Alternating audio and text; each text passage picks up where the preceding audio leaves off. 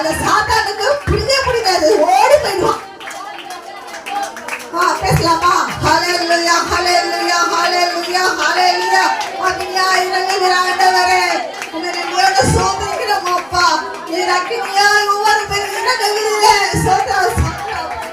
அக்கினியா இறங்கிடுமே, அக்கினாவாக அமர்ந்திடுமே, பெரும் காற்றாக வீசிடுமே, ஜீவநதியாக பாய்ந்திடுமே. அக்கினியா இறங்கிடுமே, அக்கினாவாக அமர்ந்திடுமே, பெரும் காற்றாக வீசிடுமே, ஜீவநதியாக பாய்ந்திடுமே. அக்கினியா இறங்கிடுமே, அக்கினாவாக அமர்ந்திடுமே, பெரும் காற்றாக வீசிடுமே, ஜீவநதியாக பாய்ந்திடுமே.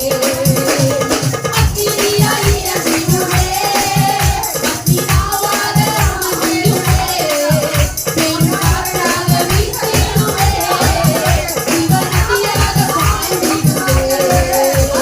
அக்கினியா இறங்கிடுமே, அக்கினாவாக அமர்ந்திடுமே, பெரும் காற்றாக வீசிடுமே, ஜீவநதியாக பாய்ந்திடுமே. அக்கினியா இறங்கிடுமே, அக்கினாவாக அமர்ந்திடுமே, பெரும் காற்றாக வீசிடுமே, ஜீவநதியாக பாய்ந்திடுமே. சீனாய் மலை மேலே அதிகாலையை நான் காண்கிறேன். இஸ்ரவேலின் தேவனே, அக்கினியை ஊற்றிடுமே. சீனாய் மலை மேலே அதிகாலையை நான் காண்கிறேன். இஸ்ரவேலின் தேவனே, என்னில் அக்கினியை ஊற்றிடுமே. அக்கினியா இறங்கிடுமே, பெரும் காற்றாக வீசிடுமே, ஜீவநதியாக பாய்ந்திடுமே. அக்கினியா இறங்கிடுமே, அக்கினாவாக அமர்ந்திடுமே, பெரும் காற்றாக வீசிடுமே, ஜீவநதியாக பாய்ந்திடுமே.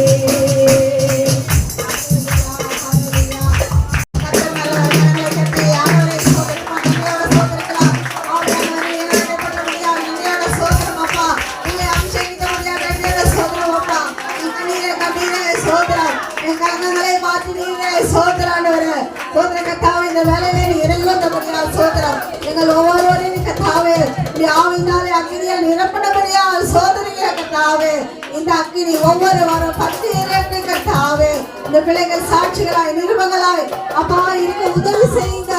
இந்த நேரத்தில் கரங்களே ஒப்பு கொடுக்கிறோம். நீங்க மகிமை ஒருவருக்கு எங்கள் பேசி நல்ல பிதாவே, ஆமென்.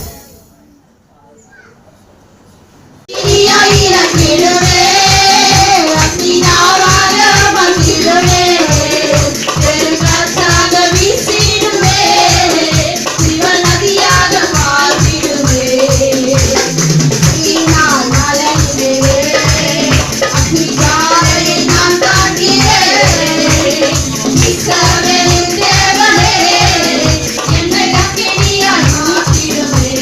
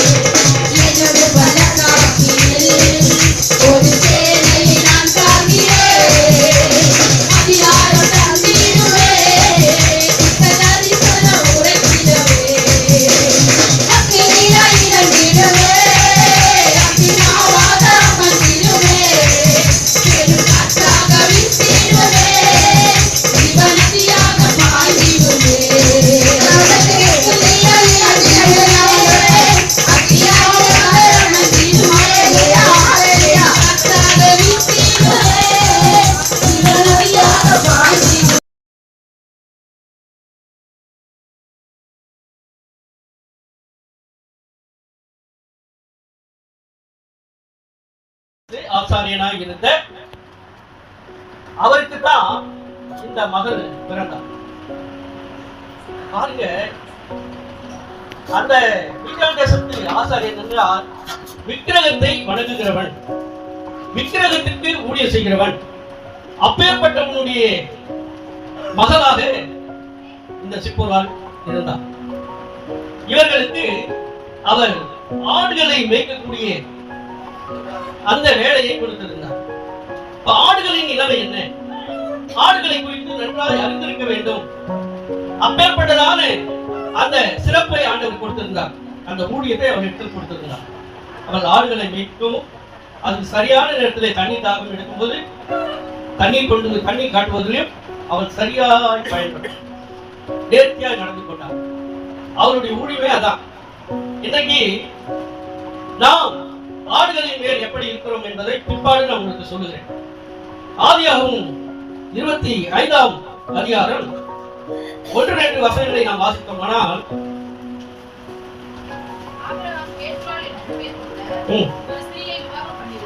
யாரை? ஆபிரகாம், கேத்துராள் இவர்களுக்கு பிறந்தவர் தான் அந்த மீதியான். அந்த மீதியான் தேசத்தினுடைய ஆசாரியர். அவனுடைய பெயர்களை குறித்து அங்கே சொல்லப்படும் போது, ஒன்று அவனுடைய பெயர் ரெகுவேல் என்றும், இன்னொரு இடத்திலே கர்த்தர் எத்திரோன் என்றும் சொல்லுகிறார். அவனுடைய பெயர் ஒன்று ரெகுவேல், இன்னொன்று எத்திரோன் என்று அங்கே அவனுக்கு பெயர் உண்டு. இந்த ரெகுவேலுக்கு தான் ஆண்டவர், இந்த எத்திரோனுக்கு தான் ஆண்டவர் அந்த மகளை பிறக்கும்படி செய்து அந்த ஊழியத்திலே அவரை நடத்தி கொண்டிருந்ததை குறித்து நாம் பார்க்கிறோம். அந்த வேளையிலே மோசே வந்தார். மோசே அங்கே தங்கினார். அவர் வீட்டிலே தங்கி இருந்து அந்த பணியை மோசே செய்ய துவங்கினார். மோசே செய்ய துவங்கிய போது தேவன் மோசேயோடு பேசினார். மிக அருமையான ஒரு மனிதர். சிறு வயதிலே அவரை நாணல் பெட்டியிலே வைத்து தண்ணீரிலே விட்டுவிட்டார்கள். தண்ணீரில் இருந்து எடுக்கப்பட்டபடினாலே அவர் பேர் மோசே என்று நாம் வாசிக்கிறோம்.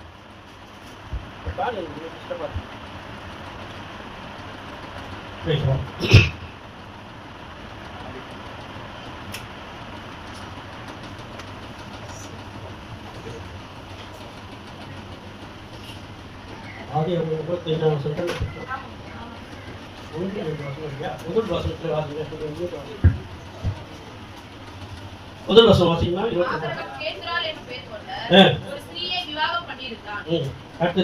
அவள் அவனுக்கு சிம்ரானையோ, யக்ஷானையோ, மேதானையோ, மீதியானையோ, இஸ்பாகையோ, இந்த மீதியானை இவர்கள் பெற்றதை குறித்து நாம் பார்க்கும்போது, ஆபிரகாம் என்றால் விசுவாசத்தின் தகப்பன். இவர் கேத்துராள் என்றால் துதி. ரெண்டு பாருங்களேன். ஒன்று விசுவாசத்தின் தகப்பன், கேத்துராள் தூபம், துதி என்று சொல்லி அவர்களுக்கு பெயர். ஆனால் இருவருக்கும் இடையிலே அந்த பிறந்த மீதியான் தான், கேத்துராள் தான் மீதியானை பெற்றார் என்று சொல்லி வேதம் நமக்கு காண்பிக்கிறது. அப்படியானால் இந்த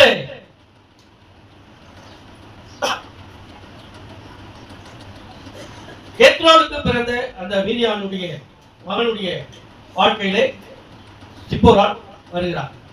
மோசே அங்கே தங்கிய பிற்பாடு அவரிடத்தில் என்ன கண்டார்? எப்படி தன்னுடைய மகளை அவருக்கு கொடுக்கிறார்? அவருடைய விசுவாசம், அவனுடைய ஒழுங்கின் தன்மை, அவனுடைய வீரத்தன்மை, அவனுடைய தேவனோடு அவன் பேசிக் கொண்டிருக்கிற காரியங்கள், அவன் நடக்கைகள் எல்லாவற்றையும் பார்க்கிறார். எல்லாவற்றிலும் அவன் ஒழுங்கு கிரமமாக இருக்கிறபடினாலே தன் மகளை அவனுக்கு கொடுக்கிறான். அவன் ஆடு மேய்த்துக் கொண்டிருக்கும் போதுதான் முச்செடி எரிகிறதை அவன் பார்க்கிறான். முச்செடி எரிகிறதை பார்க்கிறான். பச்சை மரம் எரிந்து கொண்டிருக்கிறது. இது அதிசயமாக இருக்கிறது. அவனுடைய வாழ்க்கையில இந்த அதை கண்டவுடனே இது என்ன அற்புதம் என்று சொல்லி வேகமாக அதனுடைய அருகிலே போய் பார்க்கிறான். அப்பொழுது ஆண்டவர் அவனை அழைக்கிறார். மோசையை அழைத்து அவனோடு பேசுகிறார். அவன் அவனோடு கூட பேசுகிறான். பிற்பாடு பார்த்தீங்கன்னா அவனை கொண்டு பல காரியங்களை செய்கிறார். ஆண்டவர் உடன்படிக்கை பெட்டியிலே வைப்பதற்கு ஒரு கற்பனையை கர்த்தரே தன்னுடைய கரத்தில் எழுதி அதை மோசேயினுடைய கரத்திலே கொடுக்கிறார். அதுதான் உடன்படிக்கை பெட்டியிலே வைக்கப்படுகிற 10 கற்பனை. நிறைய காரியங்கள் மோசை குறித்து சொல்லிட்டே போறான். ஆனால் 40 வயதிலே கர்த்தர் அவனை அழைத்து அவனுடைய காரியங்களை அறிந்து அவனோடு கூட இருந்து அவனுக்கு நன்மையானதை செய்யும்படி ஆண்டவர் அவனோடு கூட பேசிக்கொண்டே இருந்தார். ஆண்டவர் அவனோடு பேச பேச அவனும் ஆண்டவரோடு பேசுகிற மனிதனாய் மாறிவிட்டார். ரொம்ப பிரியமானவனாய் கர்த்தர் மோசையை பார்த்தார். ஆகவேதான் கடைசியிலே அவருடைய அடக்கத்தை கூட கர்த்தரே வந்து அடக்கம் செய்தார் என்று வேதம் நமக்கு சொல்லுகிறது. இந்த சிப்போராளுடைய தன்மை என்ன? இந்த சிப்போராளுடைய வாழ்க்கையிலே மோசைக்கு ஈடாக அவர் எப்படி மாறினார்? அவர் விக்கிரகத்தை செய்தவர் தான், விக்கிரகத்தை வணங்கி கொண்டிருந்தவர் தான், தன் தகப்பனுடைய ஊழியத்தில் அவர் ஈடு கொடுத்தவர் தான். ஆனால் மோசையை திருமணம் பண்ண பிற்பாடு அவருடைய வாழ்க்கையிலே ஒரு பெரிய மாற்றம் வந்துவிட்டது. அதற்கு பிறகு அவள் அந்த விக்கிரக ஆராதனை செய்ததாக வேதம் சொல்லவில்லை. அவள் மோசையை பார்க்கிறார். மோசை என்ன பண்ணுகிறார்? யாரோடு பேசுகிறார்? அவர் எப்படி இருக்கிறார்? அவருடைய காரியங்கள் எப்படி இருக்கிறது? அவளுக்கு ஏற்ற மனைவியா நான் எப்படி மாற வேண்டும்? நான் என்னை எப்படி மாற்றிக்கொள்ள வேண்டும் என்று அவள் நினைத்து இந்த காரியத்திலே அவள் மிகவும் கவனமாய் மோசையை கவனித்துக் கொண்டிருக்கிறார். இந்த வேளையிலே ஆண்டவர் மோசையை அழைக்கிறார். இப்பொழுது நீங்கள் என்ன செய்யணும்? பார்வோனிடத்துல போய் அவருடைய இஸ்ரவேல் ஜனங்களை மீட்டு கொண்டு வருவதற்கு உன்னை ஆயத்தப்படுத்துகிறேன், நீ தான் போகணும். அன்றைக்கே அவனுக்கு பயம் வந்துச்சு. நான் ஏற்கனவே அங்க சில காரியங்கள்லாம் பண்ணிட்டு ஓடி வந்துட்டேன். ஆனா மீண்டும் ஆண்டவர் தான் செய்யறாரு, அங்கே போகும்படி என்னை அனுப்புகிறாரு. அவன் மிகவும் அதிலே பயந்தான். ஆனால் இந்த சிப்போரா அவனோடு கூட இருந்தபடினாலே அவனுக்கு ஒரு நம்பிக்கை இருந்தது. நீதிமொழிகள் சொல்றாரு, நீதிமொழிகள் 8ஆம் அதிகாரம் 30வது வசனம் 30, 31 வாசிக்கிறேன். அவர் அருகில் செல்லப்பிள்ளையாய் இருந்தேன், நித்தமும் அவருடைய மனமகிழ்ச்சியாய் நான் இருந்து எப்பொழுதும் அவர் சமூகத்தில் களிகூர்ந்து அவருடைய பூவுலகத்தில் சந்தோஷப்பட்டு மணமக்களுடனே மகிழ்ந்து கொண்டிருந்தேன். ரொம்ப அழகா பாருங்க அந்த வசனம். நீங்க எத்தனை பேர் நம்ம ஆண்டவருக்கு அது மாதிரி அவர் பிரியமா இருக்கிறோம்? தம்பி சொன்னார் இல்லையா, 8 மணிக்கு ஆராதனை. நான் கடந்த முறையே சொல்லிட்டு போனேன், 8 மணிக்கு ஆராதனை என்ன செய்யணும்? 8 மணிக்கே வந்துடணும். சொந்தமா யாருக்காவது ஞாபகம் இருக்கா? 8 மணிக்கு ஆராதனைன்னா 8 மணிக்கே நீங்க வந்து முன்னாடி வந்து உலகால் படிட்டு நல்ல சோத்திரம் பண்ணி உன்னுடைய பாரங்கள், உன்னுடைய பிரச்சனைகள், உன்னுடைய கவலைகள் என்னென்ன இருக்குதோ அது அத்தனையும் ஒரு பெட்டிஷனா எழுதி ஆண்டு ரகசியம் பேசும். ஆண்டவரோடு நீங்க என்ன செய்யணும்? ரகசியம் பேசணும். எங்க பேசினா நல்லா இருக்கும்? அதிகாலை வீட்டில் பேசலாம். அதை தவறிட்டா அங்க கூட நமக்கு நிறைய டிஸ்டர்ப் இருக்கும். ஆனா ஆலயத்துல நீ வந்து முன்பாக வந்து நீ காத்திருக்கும் பட்சத்துல, உனக்கு முன்பாக ஆண்டவர் இங்கே காத்திருக்கிற பட்சத்துல உங்களுடைய வேண்டுதலை, உங்களுடைய விண்ணப்பங்களை, உங்களுடைய ஜெபங்களை கர்த்தர் கேட்டு உடனே நீ பதிலோடு தான் வீட்டுக்கு போகணும். அந்த ஒரு விசுவாச வாழ்க்கையை தான் நீங்க இன்னும் சரியா கடைபிடிக்கல.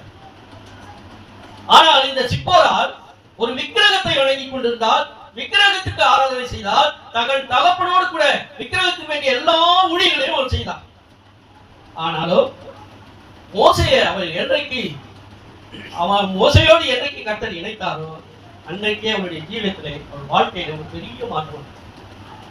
இங்க சொல்லுகிறார், என்ன வாசிக்கணுமா? நான் அவருடைய அருகே செல்ல பிள்ளையாக இருந்தேன், நித்தமும் அவருடைய மனமகிழ்ச்சியாக இருந்து எப்போதும் அவர் சமூகத்தில் அளித்தோன்றேன்.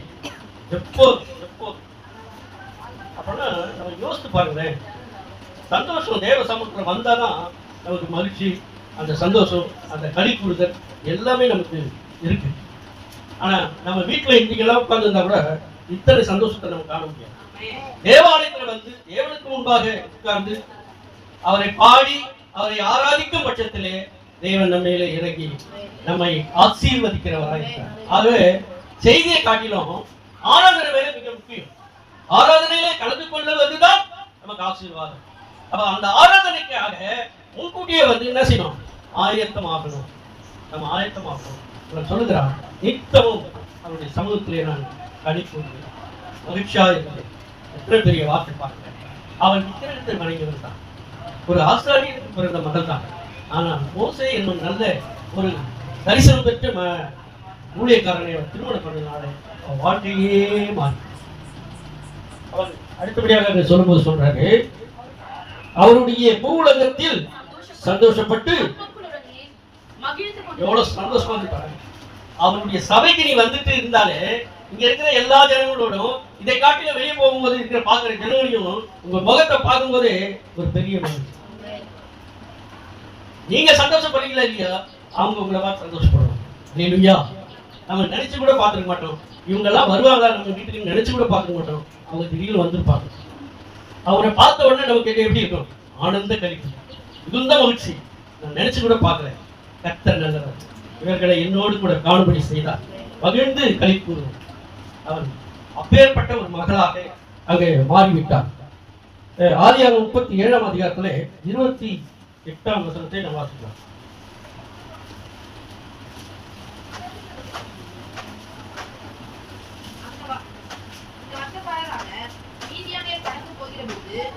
அவர்கள் யோசேப்பை அந்த குழியிலிருந்து தூக்கி எடுத்து அவனை இஸ்மவேலர் கையில் 20 வெள்ளிக்காசுக்கு விற்று போட்டார்கள். அவர்கள் யோசேப்பை எகிப்துக்கு கொண்டு போனார்கள். பின்பு ரூபன் அந்த குழியினிடத்துக்கு திரும்பி போனான். 28 வருஷத்துக்கு அந்த வர்த்தகக்காரனான மீதியானியர் கடந்து போகிற போது அவர்கள் யோசேப்பை அந்த குழியிலிருந்து எடுத்து அவனை இஸ்மவேலர் கையில் 20 வெள்ளிக்காசுக்கு விற்று போட்டார்கள். இந்த மீதியானியர்கள் விக்கிரகக்காரர்கள், விக்கிரகங்களை செய்கிறவர்கள், விக்கிரகங்களை உருவாக்குகிறவர்கள் அப்படித்தான் இருந்தார். ஆனால் இங்க வேற நமக்கு சொல்லும்போது யோசேப்பை குழியிலிருந்து எடுத்து யாரிடத்துல வித்து போட்டாங்களா, சத்தமா சொல்லுங்க, மீதியான இடத்துக்கு விற்றார்கள்.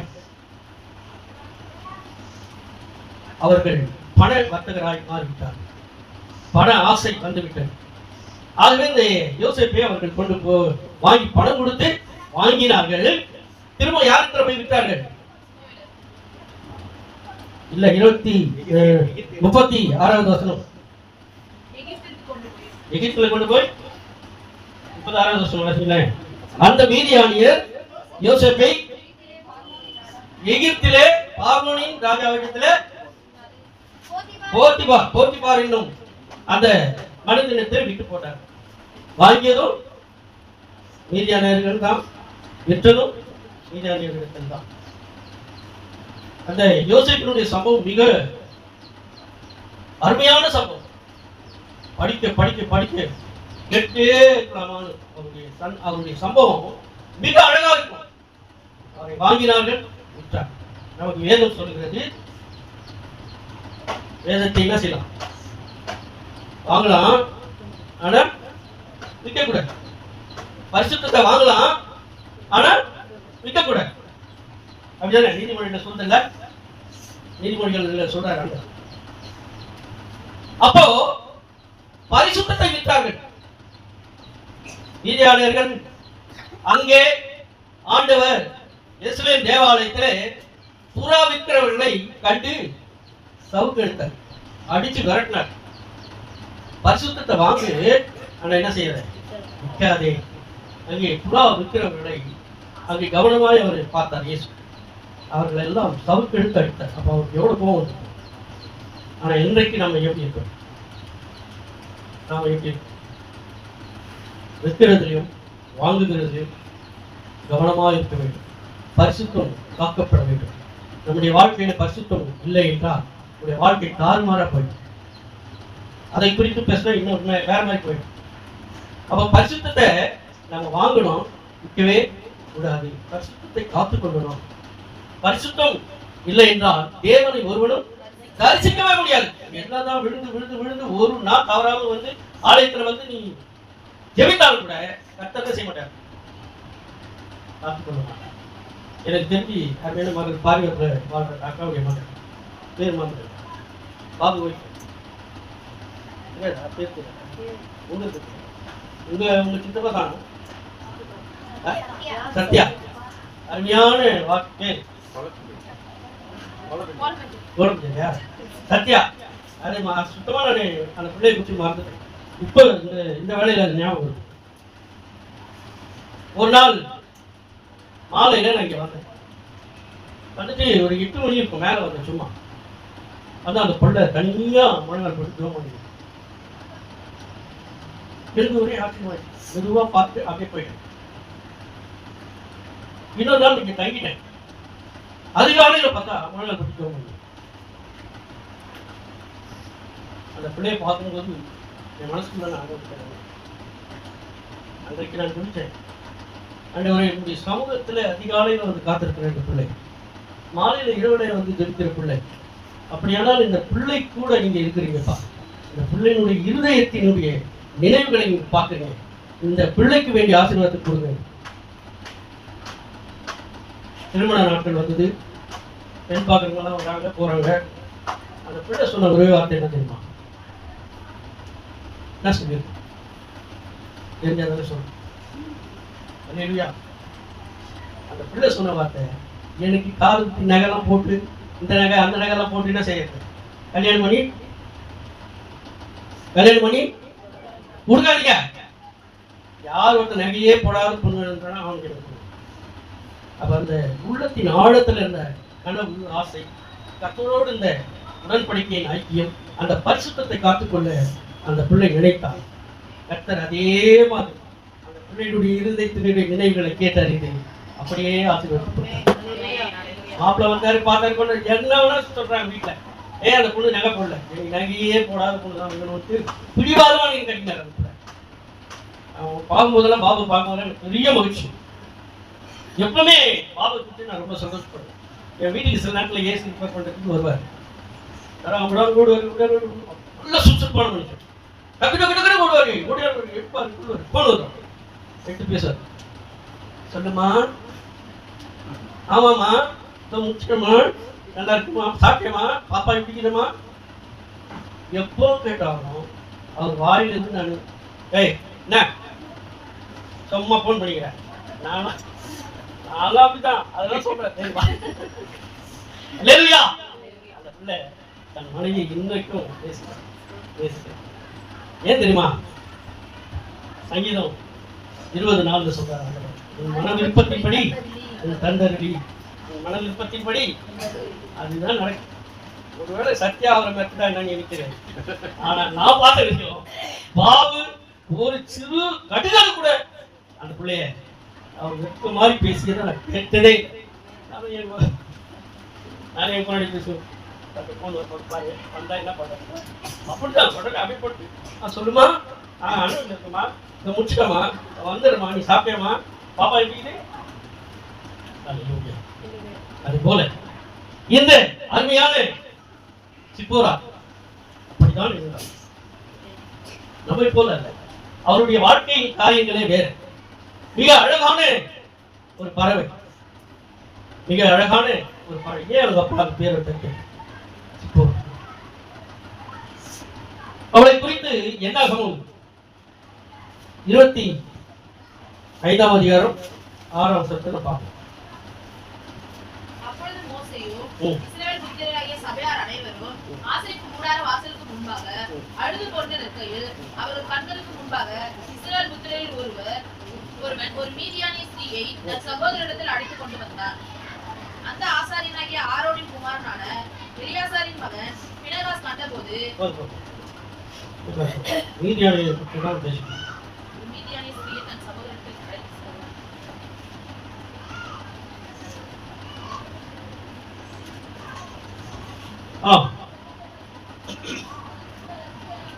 வேறுபட்ட ஈவத்தை குறித்து இந்த வசனம் நமக்கு சொல்லுது.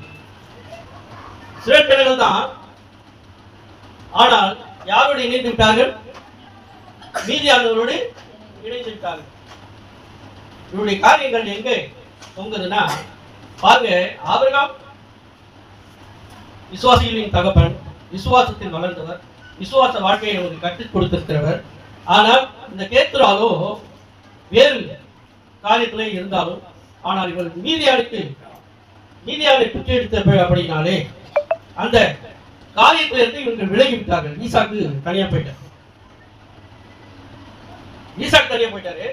இவங்கெல்லாம் ஒன்றாக அமைப்போம். யாரு? ஆகாருடைய பிள்ளைகளும் இந்த மீதியானியுடைய ஜனங்களும் ஒன்றாக இணைத்து விட்டார்கள். நம்முடைய வாழ்க்கையில கூட ஆண்டவருக்கு மட்டும் நம்ம விளங்கவே கூடாது. நம்ம ஒருவேளை பின்மாற்ற போயிட்டோம்னா நம்முடைய பின்மாற்ற ஜீவியத்துல மிகவும் வேதனைக்குரிய சம்பவங்கள் காரியங்கள் நம்முடைய வாழ்க்கையிலே நடக்கும். ஆனால் இங்கே இந்த மீதியானியர்களோடு கூட இஸ்ரவேலர் இணைந்து பிற்பாடு நிறைய காரியங்களிலே அவர்கள் பாடுகளை பட்டார்கள்.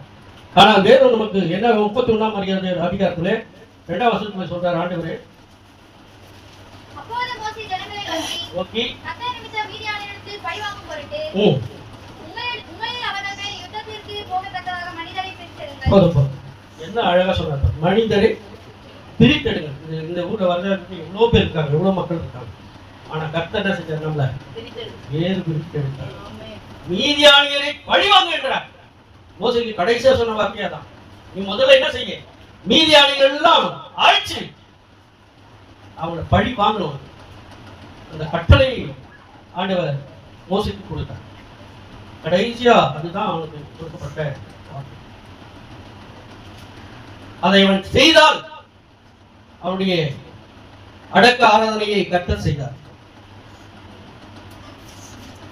எப்போ அப்படின்னா மோசேயோடு ஆண்டவர் எவ்வளவு நெருக்கமா அன்பா இருந்திருந்தா அவருடைய அடக்காரனையே அவரே வந்து செய்யற அளவுக்கு நிலைமை இருந்திருக்குமா. ஒரு நல்ல மனிதன் அவனுக்குள்ளே கற்றுக் கொடுத்த கட்டளைகளை எல்லாவற்றையும் அவன் சரியாய் செய்தான்.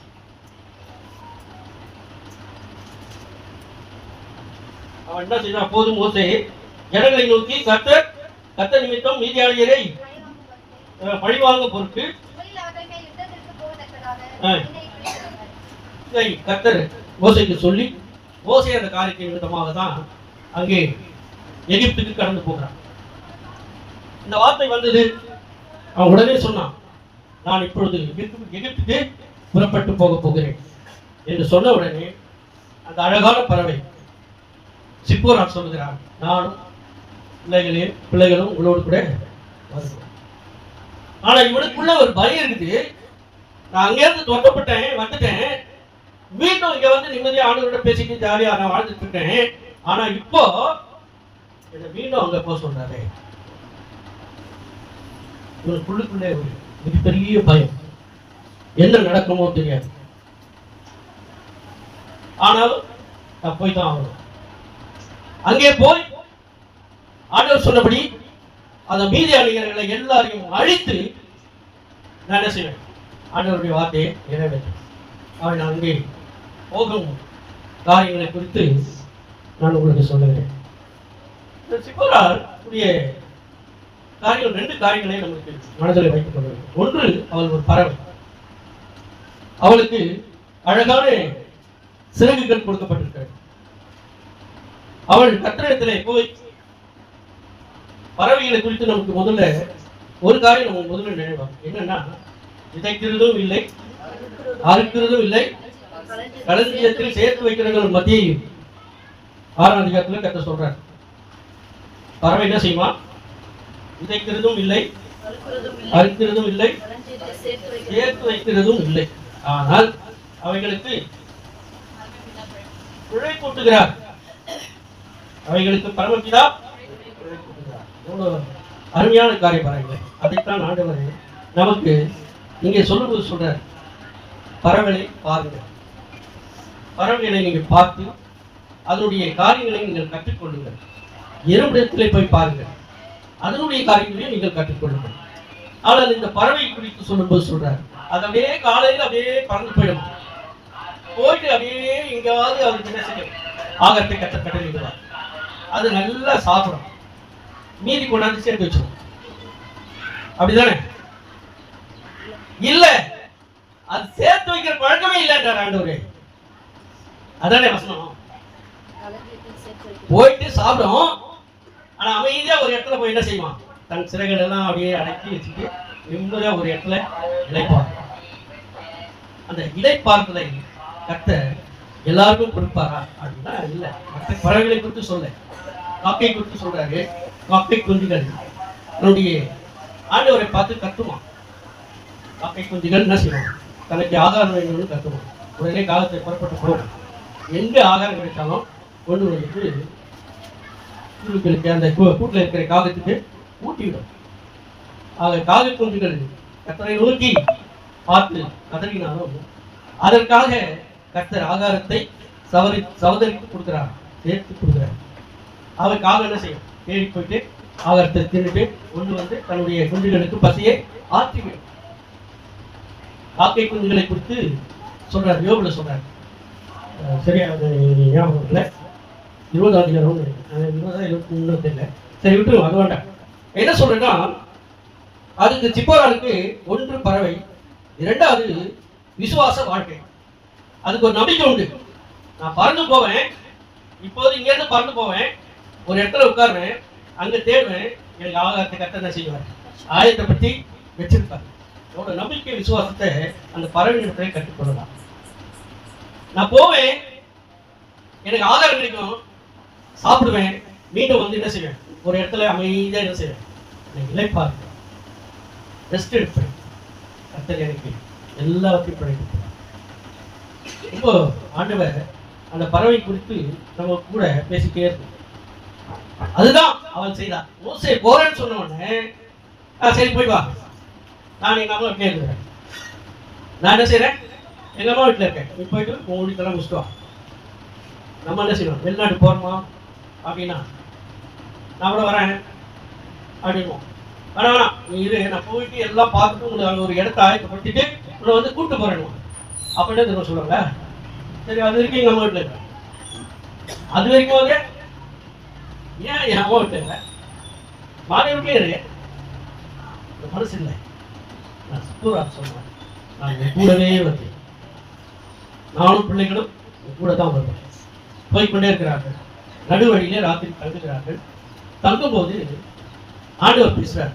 சிப்போராளர் அவள் நினைக்கல, ஆனால் நான் புருஷனோட போறோம், இந்த பயணம் எப்படி இருக்கும் இதை பத்தி நமக்கு ஒண்ணுமே தெரியாது. ஆனா இதான் புதுசு, இப்பதான் போறேன், புதுசா இப்பதான் கணவரோட வெளியே போறேன். ஆனால் ஆண்டவர் பேசுறாரு, மோசே என்னோட முடிஞ்சு போச்சு, மோசை கதை இதோட முடிஞ்சு போச்சு. அவன் புலம்பிக்கு வரான், எப்படி வரான், போறேன், மறுபடியும் அங்கே அனுப்புறாங்க. அவன் என்ன பார்த்தா நாயை கட்ட மாதிரி வரட்டுமா, என் நிலைமை என்னவோ தெரியலையே, நான் எப்படி போயிட்டு இதை சமாளிச்சுட்டு வரப்போறேன்னு தெரியலையே அப்படின்னு குழந்தையே போயிட்டு இருக்கான் உள்ளுக்குள்ள. இது ஆண்டவர் பார்க்குறாரு இல்லையா, அவர் கேட்டு நினைக்கிறேன், இந்த சரிப்பட்டு வரமாட்டான் போயிருந்த கதையை முடிச்சுட வேண்டியதான் அப்படின்னு அவர் நினைக்கிற அந்த காரியத்தை சிப்போரால் அறிந்து போட்டான்.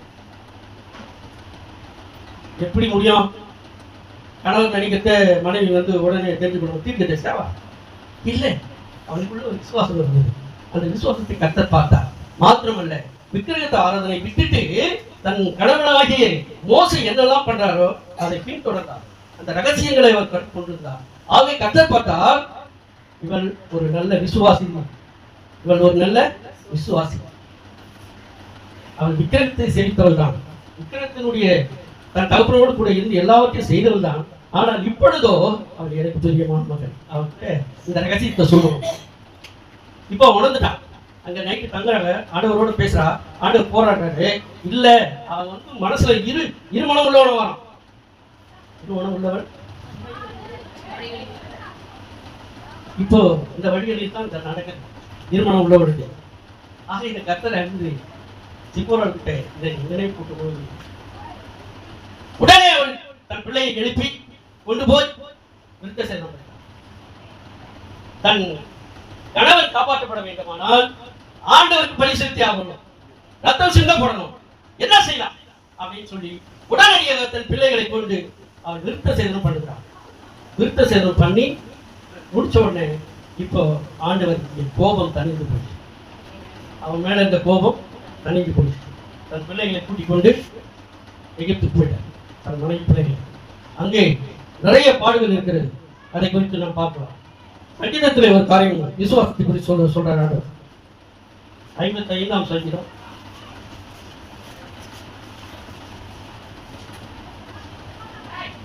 55:6.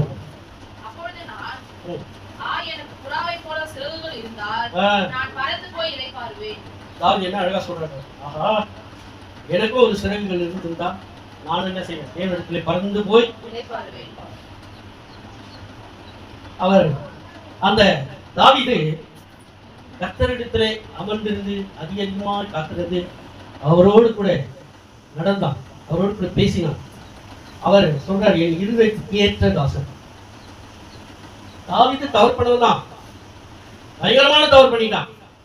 ஆனாலும் அதை மன்னிக்கும்படி ஒரு தீர்க்கதரிசி அனுப்பி அவனோடு பேசிய போது தன் குற்றங்களை, தன் பாவங்களை தேவ சமூகத்திலே அறிக்கையிட்டான். எனக்கு நெருங்குண்ட இருதயத்தை தாழ்வாண்டவரை சங்கீதம் 51 அதுல 7 சரி இருக்கும் என்று சொல்லி அவன் கதறி ஆண்டவர் சமூகத்திலே நொறுக்கி ஆண்டவர் சமூகத்திலே ஒப்புக்கொண்டான். செய்த பாவத்தை அறிக்கையிட்டான். கர்த்தர் அவனை மன்னித்தார். இன்றைக்கு நாம் எத்தனை பேர் நம்ம செய்யற பாவத்துக்கு ஆண்டவரத்துல மன்னிப்பு கேட்கிறவர்களா? ஆண்டவரே என்னை மன்னிச்சிரு ஆண்டவரே, நான் இந்த தவறை பண்ணிட்டேன், அம்மா நான் இந்த தவறு பண்ணிட்டேன், இனிமேல் செய்ய மாட்டேன், தயவு செஞ்சு என்னை மன்னிச்சிருங்க. எத்தனை பேர் சொல்றோம்? அவங்க பேச கூட பேச அவங்களுக்கு இன்னும் வீட்டு ஏற டென்ஷன் ஆக அவங்க இன்னும் அவங்க கத்துட்டு வானத்திலே போய் வைப்போம். ஏன்? யாரால? அம்மா. ஆனால் நீ அவருடைய கோபத்தை தணிக்க வேண்டுமானால் அவர்கள் என்ன செஞ்சாலும் சரி, உனக்கு என்ன கோபம் வந்தாலும் சரி, தாயை போய் நீ கட்டி பிடிச்சி பாரு. கட்டி பிடிச்சி, அம்மா என்னை என்ன உணர்த்திட்டு என்னை அடி எல்லாம் உள்ள நான் இனிமேல் செய்யணும், கட்டி பிடிச்சி சொல்லி பாரு. தாயுடைய இருதயம் அப்படியே அமைய மீண்டும் அவர்கள் கட்ட மாட்டாங்க. அவரிடத்துல ஒரு அன்பு உண்டு. நேசரிடத்திலே நமக்கு அன்பு உண்டு. நேசர் நம்மிடத்திலே அன்பு கொடுக்கிறார். ஆகவே அதுதான் தாயின் அன்பு. நம்ம இயேசுவின் அன்பு நமக்கு கொடுத்திருக்க தாயின் அன்பு. நீ தாயும் தகப்பனையும் கனம் பண்ணி நடக்கணும். கனவீனமே பண்ணக்கூடாது, கனம் பண்ணணும், மதிக்கணும். அவருடைய வார்த்தைகளே 1000 மற்றவர்கள் இருக்கும். ஆனால் நம்ம என்ன செய்வோம்? நம்முடைய சின்ன வயசு இருக்கிறதுனால அதை காதுல கேட்டு பொறுத்து கொள்ள முடியாத சூழல் வரும். ஆனால் ஆண்டவர் சொல்றாரு, நீ என்ன செய்ய? அன்பு பாராட்டு. நீ அன்பு பாராட்டு. இந்த புறா அன்பு பாராட்டி, இந்த சிப்போரா மோசே இடத்துல அன்பு பாராட்டினார். அடுத்தபடியாக நீதிமொழிகள் 27ஆம் அதிகாரத்துல இந்த ஆடுகளை குறித்து சொல்றார். 23ஆம் வசனம். முதல்ல நம்ம மந்தையை மேய்க்கக்கூடிய ஒரு மேய்ப்பன் அறிந்து கொள்ள வேண்டிய விஷயம் என்னன்னா, ஒவ்வொரு ஆட்டுக்கும் ஒரு குணம் இருக்கும். ஆனா நீங்க ஆண்டவர் சொல்றாரு, ஆடுகளின் நிலைமையை நன்றாய் அறிந்து கொள். அப்படி அறிந்திருப்பானா அவன் ஆட்டுக்கு பெயர் சுட்டியிருப்பான், இல்ல ஏதாவது ஒரு சைகை காட்டியிருப்பான், ஏதாவது ஒரு வித்தையை அதுக்கு சொல்லியிருப்பான். ஏதோ ஒரு காரியம் இருக்குங்க, செடியை போட்டு 2 செடியை போட்டா ஒரு ஆடு போட இருக்குன்னு, அந்த ஆடு எப்படி வந்து தங்கணும், திரும்ப எப்படி போகணும் அப்படின்ற வழிமுறையெல்லாம் வச்சுருப்பான், அடைச்சி வச்சுருப்பான். 10 ரூபாய் அந்த கேட்ல வந்து நின்று ஆடுகளை அந்த பாதுகாப்பான இடத்துக்கு அனுப்புறதுக்கு முன்னாடி கேட்ல நின்றுப்பான். ஆடுகள்லாம் ஓடிட்டு வந்துடும். எல்லாம் மந்தையில வந்து சேர்ந்து வந்து ஒன்றொன்றா உள்ள அனுப்பான். கவுண்ட் பண்ணினே இருப்பான். சரியா இருக்கா ஆடு, எல்லாம் பத்திரமா வந்துச்சா, எல்லாமே திருத்தனம் பண்ணி எங்கேயும் அங்கேயும் இங்கே போடலையே. தன் நாடுகளின் நிலைமை நன்றாய் அறிந்து அடுத்து உன் மந்தைகளின் மேல் நீ கவனமாய். ஆடுகளின் நிலைமையை அறிஞ்சிருக்கு மட்டும் இல்ல, உன் மந்தையின் மேலே கவனமாய். ஆகதான் வேதத்துல நாம் பார்க்கணும்னா தாவீது ஒரு ஆடு மேய்ப்பனாக இருந்தார். பின்பு ராஜாவாக கர்த்தர் அவனை அபிஷேகித்தார். மோசே ஆடு மேய்த்தான். அவனை கொண்டு மிகப்பெரிய காரியத்தை அவன் கரத்திலே கொடுத்து இஸ்ரவேல் ஜனங்களை மீட்டுக்கு விட்டு வரும்படி சொன்னார்.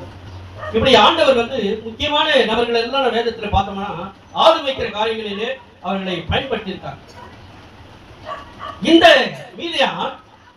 மீதியான் தேசத்து ஆசாரியன் தன் மகளுக்கும் என்ன செஞ்சிருந்தான்? ஆடு மேய்க்கிற காரியத்துல விட்டு அனுப்பினான்.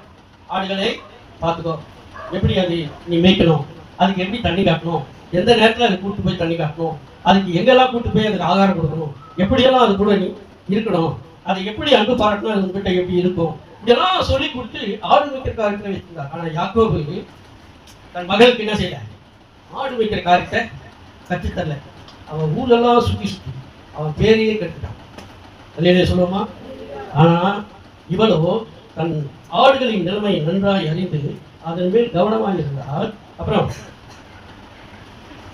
படிங்க. செல்வம் என்றைக்கும் நிலையாது, ஓ வீரம் தலைமுறை தோறும் நிலைநிற்கும். இருக்குமோ? புல் முளைக்கும், பச்சிலைகள் தோன்றும், மலை பூண்டுகள் சேர்க்கப்படும். 26 வரைக்கும் படிங்க. ஆட்டுக்குட்டிகள் உனக்கு வஸ்திரத்தையும், ஆட்டுக்குட்டிகள் உங்களுக்கு என்ன தருமா? வஸ்திரத்தையும், வஸ்திரத்தை தரும். கடாக்கள் வயல் வாங்கத்தக்க கிரயத்தையும், கிரயத்தை கொடுக்கும். கடாக்கள் நீ போய் ஒரு இடத்தையா வாங்கக்கூடிய கிரயத்தை கொடுக்கும். இதெல்லாம் மேய்ப்பனுக்கு சொல்றது. யாருக்கு சொல்றாரு? மேய்ப்பனுக்கு. படிமா. வெள்ளாட்டுப்பால், வெள்ளாட்டு பசுங்க ஆடு வெள்ளாட்டுப்பால் உன் ஆகாரத்துக்கு, பால் வந்து உன் ஆகாரத்துக்கு பயன்படும். ஈட்டாளின் ஆகாரத்துக்கு, உன் வேலைக்காரியின் பிழைப்புக்கு போதுமானபடி இருக்கும். அல்லேலூயா, அல்லேலூயா. என்னென்ன பண்ணிச்சு பாத்தீங்களா இந்த ஆட்டு? அப்ப அந்த ஆடுகளின் நிலைமையை நன்றாய் அறிந்திருக்க வேண்டியது யாருடைய வேலை? மேய்ப்பனுடைய வேலை. நீ கவனமா இரு. ஆண்டவர் சொல்றார், இவர்களை குறித்து நீ அறிந்து கொள்வது மாத்திரம் இல்ல, அவர்களுடைய மத்தியில் அந்த ஆடுகளின் நிலைமை நன்றாய். ஆனா ஆடுனா ஆட்டுக்குட்டின்னு உனக்கு என்ன வாங்கி தருது? கடாக்கள் என்ன வாங்கி தருது? பால் கொடுக்குற ஆடு உங்களுக்கு என்னெல்லாம் செய்யுது? என்ன அருமையா இருக்கு. ஆட்டுக்குட்டிகள் வஸ்திரத்தையும் கடாக்கள் நிலம் வாங்கத்தக்க கிரயத்தையும் இதெல்லாம் என்ன செய்யணும்? 2 வருஷத்துல இருந்து இது வரைக்கும் செய்யல. ஆண்டவரே எங்களை மன்னிச்சிருக்கேன். நாங்கெல்லாம் ஆடு. நாங்கெல்லாம் யாரு? நாங்க என்ன செய்வோம்? நிலம் வாங்கத்தக்கதான அல்லேலூயா சொல்லுங்க.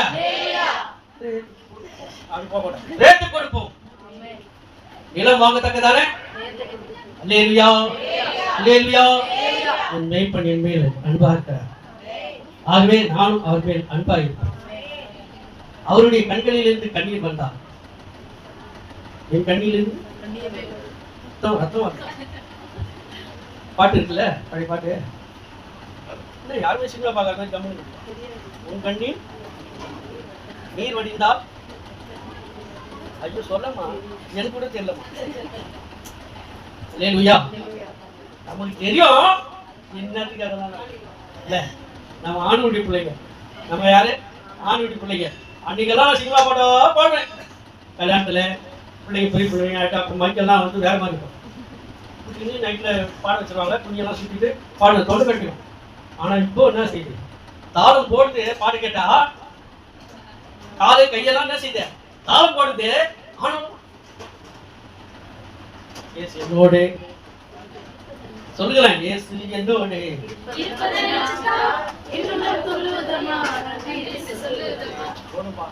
ஒருவேளை துள்ளிகள் ஏந்து வந்து போய் அல்லேலூயா. தன் நாடுகளின் நிலைமையை நீ நன்றாக அறிந்து கொள். இதான் சரியான நேரம் வந்து. அடுத்ததாக உங்களுக்கு சங்கீதம் 119 நான் வாசிக்கிறேன்.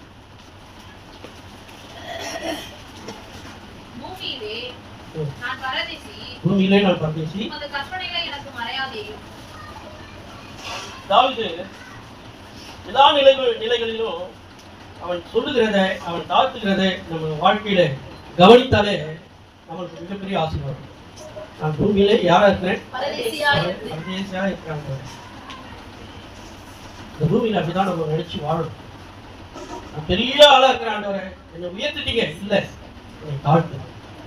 தேவ சமூகத்துல எப்பொழுதெல்லாம் உன்னை தாழ்த்தி நான் பரதேசியா இருக்கிறேன் ஆண்டவரே என்று சொல்லி ஒரு மேய்ப்பன் தன்னை தாழ்த்துவானே நான் கர்த்தர் அவனை உயர்த்துவார். அல்லேலூயா. ஒரு உங்க தட்டிக்காக ஒரு இடம் வாங்குறீங்க அப்படின்னு கேள்விப்பட்ட உடனே அட்வான்ஸ் கொடுத்துட்டேன் அப்படின்னு சொன்ன உடனே உள்ளவெல்லாம் கொடுத்தது, மகிழ்ந்தது. ஏற்கனவே அந்த இடத்துல நாங்கள் சபையை கட்டி அஸ்வாரம் போட்டோம். சும்மா போயிட்டு ஆண்டவருடைய நாமத்தை அங்கே பிரசாரப்படுத்தணும். ஆண்டவர் விட்டுறாரா? கால் விதிக்கும். எங்க கால வச்சணும், எங்க பில்டிங் கட்டணும், எங்க அங்கிருந்து இவங்க தொடரப்பட்டாங்களோ அதே இடத்தை நாங்கள் வாங்க. அதுக்கு மெய்ப்பெண்கள் சொல்லணும். தன்னை அப்ப எவ்வளவு தூரம் தாழ்த்திருந்தா, எவ்வளவுக்கு எவ்வளவு உண்மையா இருந்தா கர்த்தர் இந்த காரியங்களை ஜெயப்படுத்திருப்பார். அல்லேலூயா. அவர் நினைத்ததை நமக்கு செய்து கொடுக்கிற தகப்பனாய் இருக்கிறார். உன் ஆடுகளின் நிலைமையை நன்றாய் அறிந்து அதுக்கு மேல நீ கவனமா இரு. உனக்கு ஒண்ணு இன்னைக்கு பெரிய பெரிய பெரிய பெரிய பெரிய பெரிய ஊழியக்காரனா இருக்கான். அதெல்லாம் மரியாதை கொடுக்காருன்னு பேசுறேன். ஊழியக்காரன் மரியாதை கொடுக்கணும். ஆனா சொல்ற காரியத்தை நீங்க கவனமா கேட்கணும். இந்த டான்ஸ் மாஸ்டர் ஒருத்தர் லாரன்ஸ். என்ன லாரன்ஸ்? ராகவா லாரன்ஸ் பேரு. ராகவா லாரன்ஸ் பேர் என்ன டிஸ்டர்ப் இருக்கு. ஆனா ஒரு காரியத்தை குறித்து வெளியே வந்தது, ஒரு செய்தி வந்தது, பார்த்தேன். அப்படியே மறந்து போயிட்டேன். என்னடா இவ்வளவு அற்புதமான ஒரு வார்த்தையை அவன் பயன்படுத்து. அவன் ஊனமுற்ற பிள்ளைகளை வைத்து வளர்த்து கொண்டிருக்கிறான். கலைஞர் இருக்கும்போது அந்த திரைப்பட நடிகர்லாம் சேர்ந்து ஒரு விழா நடத்தினாங்க கலைஞர். அதில் கலைஞர் வந்து உட்கார்ந்துருந்தார். அப்போதுதான் முதல் டான்ஸு அந்த பிள்ளைகளை தான் ஒரு காலில் ஒரு கையில் அவன் ஆடா பாருங்க டான்ஸு, மிக பிரமாதமான டான்ஸ் அந்த ஸ்டேஜில். கலைஞரே அப்படி அர்த்தப்பட்டார். உடல் ஊனமுற்ற பிள்ளைகள், அனாதை பிள்ளைகள், ஏழை பிள்ளைகளை கொண்டு வந்து அவன் சொந்த செலவிலே அவன் அந்த பிள்ளைகளை வளர்த்து கொண்டிருந்தான், படிக்க வைத்துக் கொண்டிருந்தான். அந்த பிள்ளைகள் இன்றைக்கு நல்ல ஏசியன் கேம்ஸ்ல எல்லாம் பரிசெல்லாம் தர்றாங்க. சினிமாவில் தான் நடிச்சாங்க. ஒரு பையன் இறந்து கூட போயிட்டான். பாருங்க, அந்த விழா மேடையில நடத்தின உடனே எல்லாரும் கேட்டாங்க, உனக்கு எங்க இருந்து பணம் வருது? இல்ல, ஏதோ கொஞ்சம் டான்ஸ் ஆடுவேன், அதில் வந்து கற்றுத்தருவேன், அதுல இருந்து வர பணத்தை இந்த பிள்ளைகளுக்கு செலவு. உடனே அநேக நடிகர்கள் நான் இப்ப என்ன செய்யறேன், ஸ்பான்சர் பண்றேன், இவ்வளவு ரூபாய் தரேன், இவ்வளவு ரூபாய் தரேன், இவ்வளவு ரூபாய் தரேன், எல்லா பணமும் அப்ப அவனுக்கு வர ஆரம்பிச்சுட்டு சிறப்பா நடத்தலாம். இப்ப சொல்றான், தயவு செய்து யாரும் எனக்கு பணம் அனுப்பாரு. இதுவரையும் நீங்கள் பணம் அனுப்பியதுக்கு உங்களுக்கு நன்றி. இனிமேல் யாரும் பணம் அனுப்பாரு. அன்றைக்கு எனக்கு எதுவுமே கிடையாது, ஒரு டான்ஸ் மட்டும்தான். பிற்பாடு வருஷத்துக்கு ஒரு படம், இப்போ வருஷத்துக்கு 3 படம் 4 படம் நடிக்கிறேன். வருமானம் எனக்கு நிறைய இருக்கு. தயவு செய்து என்ன செஞ்சாங்க, உங்க பணத்தை எனக்கு அனுப்பி விடாதீர்கள். ஆனால் அந்த பணத்தை உங்க பகுதியில, உங்க தெருவுல, இல்ல நீ போற இடத்துல யாராவது ஒரு ஏழ்மையான மனிதனையோ பிள்ளையோ பார்த்தால் முதல்ல என்ன செய்ய, அந்த பிள்ளை யாருன்னு விசாரி, எங்க இருக்குதுன்னு கேளு. அது வேண்டியது எல்லாம் நீ செய். அந்த பணத்தை அனுப்பிய பணத்தை நீ திரும்ப சாப்பிடாத, திரும்ப உனக்கு வச்சுக்காத, கொடு. அந்த ஏழைகளுக்கு செலவு பண்ணுங்க. ஏழைக்கு இனிமேல் நீங்க பணமே ஆகும். எவ்வளவு சந்தோஷமா கையே தட்ட மாட்டேன். சாதாரண ஒரு விக்கிரகத்தை வணங்குற மனிதனுக்கு இவ்வளவு பெரிய ஞானம் இருக்குமானால் அப்ப கர்த்தருடைய பிள்ளைங்க எப்படி இருக்கும்? இன்றைக்கும் சொல்றாங்க, 5 அப்பத்துக்கு 2 மீனுக்கு ஈடாக உங்கள் காணிக்கைகளை யாரும் பேசுறீங்க, யாருக்கு கேட்கறாங்களா இல்லையா? கேட்கறாங்களா இல்லையா? சரி, இங்க இருந்து யாரும் இந்த ஜபகோபுரம் அது மாதிரி காணிக்கை அனுப்புறாங்க இல்ல, அப்புறம் வேற ஏதோ பெரிய பெரிய பாஸ்டர்லாம் அனுப்புறீங்க, அங்கெல்லாம் போய் ஜோம் பண்ணி வராங்கன்னு கேள்வி. என்ன சொல்றேன்னா, அவர்கள்லாம் உங்க இடத்துல கேட்டுனே இருப்பாங்க. நேற்று ஒரு பிரதர் இருப்பாங்க, அவர் ஒரு பாக்ஸ் மாதிரி செஞ்சது அழகாக ரொம்ப ஸ்டைலாக இருக்கு. அவர் படம் போட்டு, அந்த ஃபேமிலி படம் போட்டு உண்டிகைகள் கொடுத்துருந்தாங்க. அது அவருக்கு சில காசுங்கள்லாம் போட்டு வச்சுருக்காங்க பாஸ்டர். நான் சொன்னேன், என்ன இது? மாதம் மாதம் என் மகன் அங்கே போயிட்டு ஜோம் பண்ணுவோம், திருவள்ளூரில் இருக்கிற ஜபத்தோடு போய் வந்துட்டான். ஜோம் பண்ணு, நீ வீட்டில் ஜோம் பண்ணு, நீ பிள்ளைக்கு ஜோம் பண்ணு. அது கேட்க மாட்டாரா ஆண்டவரே? பதில் செய்ய மாட்டாரா? உன் விசுவாசம் அவ்வளோதானே? இது அந்த டப்பா இது நிறைச்சி எடுத்து கொடுத்து சொல்லிடுறாங்க.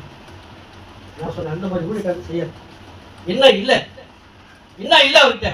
ஏராளமான சொத்துக்கள் அவர் கொடுக்கணும் ஏழைகளுக்கு. போய் திருத்துருவா போய் ஊழியக்காரங்க யாரெல்லாம் மெடிஞ்சி போய் ரொம்ப ஏழ்மையாக இருக்கிறேன், ஏதோ சட்டி கட்டுங்க, உங்களுக்கு பணம் இல்லை, 10 லட்சம் ரூபாய் நான் தரேன்னு சொல்றேன். என்ன சொல்லணும், எவ்வளோ அது முடியற, அது மொத்தமே நான் கொடுக்குறேன் அப்படின்னு சொல்லணும். அவ்வளோ கோடிக்கணக்கில் பணம் இருக்கு. நிறைய பிஸ்னஸ்ல இன்வெஸ்ட் பண்ணியிருக்கேன். உங்களுக்கு வர வருமானத்தெல்லாம் வச்சுட்டு இன்னும் ஏழைங்க கிட்ட தா தா தா தா தா அதை செய்யாதீங்க, அதை செய்யாதீங்க. மீதியானியரை அழித்து அவர்களை கொன்று வா, பிற்பாடுதான் உனக்கு ஆசீர்வாதம் என்று சொல்லி மோசேக்கு கட்டளையிட்டார். அவன் அப்படியே செய்தார். நான் சொல்லுறேன், உங்களுக்குள்ளே பாரம் வரலாம், உங்களுக்குள்ளே பாரம் வரலாம். இவ்வளோ காலம் இந்த இடத்துல ஒரு ஊழியக்காரர் ஊழியர் செய்துட்டு இருக்காரு. அவருக்கு எத்தனை பேர் தசம் பார்க்கணும்? இவர் நான் கோடி சொன்னேன், 4 பைக்கு 2 கார் வச்சுக்கிறாரா? சொந்தமாக 4 மாடி வீடு இருக்கா? சொல்றாரு, ஒன்றுமே இல்லை, நான் பார்த்து அல்லேலூயா. தாவீது சொல்றான், இந்த பூமியிலே நான் பரதேசி ராஜா. ஆனால் ஆண்டவர் சமூகத்தில் அவன் சொல்றான், இந்த பூமியிலே நான் பார்த்தேன். அப்பேற்பட்ட ஊழியக்காரர்களுக்கு உங்களுடைய கரங்களை கொடுத்து அவருடைய கரத்தை வலுப்படுத்துங்க. கர்த்தர் உங்களோடு இருப்பார். நீ ஒன்றை இழந்தால் இன்னொன்றை அதிகமாக பெற்றுக் கொள்வார். நான் போன மாசம் உங்களுக்கு சாட்சி சொன்னேன், 2 சாட்சி சொன்னேன். எத்தனை பேர் இன்னும் ஞாபகம் வச்சுக்கீங்க? எத்தனை பேர் ஞாபகம் வச்சுக்கீங்க? 50 வருடம் இருந்தது. அந்த அம்மா மனசார கேட்டாங்க, அப்பாவுக்கு 50 வருடம் அப்பா பஸ்ல போகணும், பார்த்து வேலை செய்யறாரு. போய் பார்த்தா 50 வருடம் 8 கொடுத்தேன், சாப்பாடு கொடுத்தாரு, துணி மணி கொடுத்து அமிச்சிட்டேன். சரி ஏடிஎம்லையாவது போய் பார்க்கலாம் எதாவது இருக்குதான்னு போனா கேட் போட்டுக்கிறாங்க, போக முடியல. சரி திரும்பி வந்து வண்டி அதுக்குள்ள 2 பாப்பாங்க என்ன கூப்பிட்றாங்க. அண்ணா கூப்பிட்றேண்ணா. அவங்கள பார்த்து வண்டி நிறுத்தினேன், என்னை பார்த்து 100 ரூபாய் நோட்டு பார்த்து என்னை பார்த்து பார்த்து வந்தா எங்களுக்கு நேரம் அல்லேலூயா. அற்புதங்க, கர்த்தர் செய்வாருங்க. நீ ஒரு கரத்துல என்ன கொடுக்குறேன்னு அவர் பார்த்துருவாரு. ஏழை விதவை 2 காசு தான் போட்டான். ஆண்டவர் சொன்னார், இவளே தனக்கு உண்டான எல்லாவற்றையும் போட்டுவிட்டார். தேவியா 2 காசுக்கு அந்த கணம் தான் ஆண்டுடைய ஆலயத்துக்காக, அவருக்காக இல்லை, நாடுகளில் வைப்பனுக்காக நான் சொன்னேன். அவருடைய ஆலயத்துக்காக யாரெல்லாம் உடைய இருதயத்தில் இருந்து என்ன தடை வந்தால் சத்து தடை கொண்டு வந்தால் தூக்கி இருந்து ஆண்டுக்காக கொடுத்து பாருங்க. ஆண்டவர் உங்களை ஆசீர்வதிப்பார். இந்த சிப்பரை குறித்து நிறைய காரியங்கள் இருக்குது, பேசுறதுக்கு எனக்கு டைம் இல்லை. அதனால நான் இதோட நிறைவு செய்யலாம்னு நினைக்கிறேன். ஒரே ஒரு வசனம், 1 பேதுரு 1ஆம் அதிகாரம் 2ஆம் வசனத்தை வாசிக்கலாம். 1 பேதுரு. பிதாவாகிய தேவனுடைய முன்னறிவிப்பின்படி ஆவியானவரின் பரிசுத்த மாறுதலினாலே கீழ்ப்படிதலுக்கு இயேசு கிறிஸ்துவினுடைய இரத்தம் தெளிக்கப்படுதலுக்கு தெரிந்து கொள்ளப்பட்ட பரதேசிகளுக்கு எழுதுகிறதாவது கிருபையும் சமாதானமும் உங்களுக்கு பெருகப்படுவது. அல்லேலூயா அல்லேலூயா. யாரெல்லாம் இன்னைக்கு இந்த வேலையில நான் பரதேசி ஆண்டவரேன்னு சொல்லி தாழ்த்துகிறோம், உங்களுக்கு கிருபையும் சமாதானத்தையும் கர்த்தர்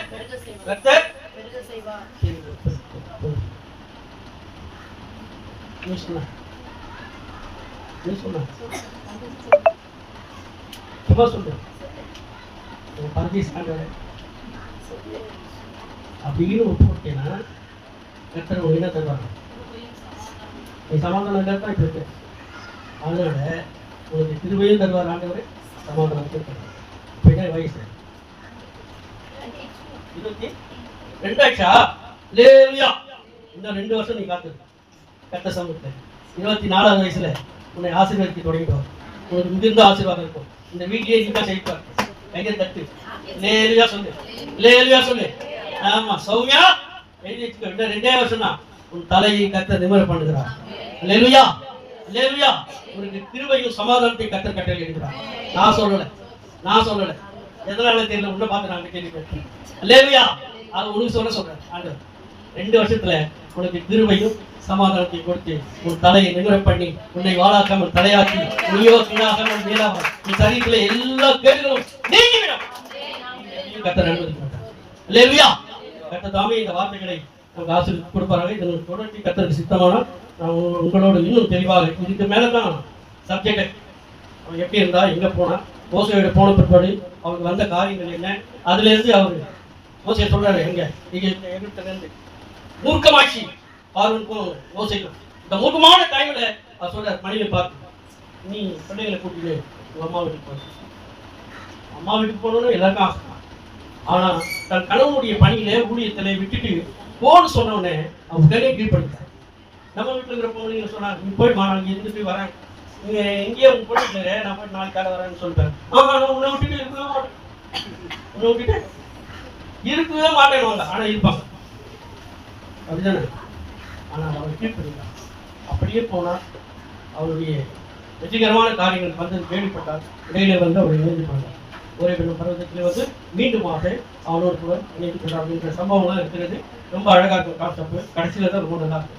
இருந்தாலும் கர்த்தருக்கு சித்தமானால் உங்கள் மத்தியிலே கர்த்தர் அழைப்பாரனா மீண்டும் இதனுடைய தொடர்ச்சி உங்கள் மத்தியில் கொண்டு வந்து இன்னும் ஆழமாக உங்களுக்கு கொடுத்து காண்பித்து நான் கடந்து போகிறேன். கர்த்தத்தாமே இந்த வார்த்தைகளை ஆசீர்வதிப்பார்கள்.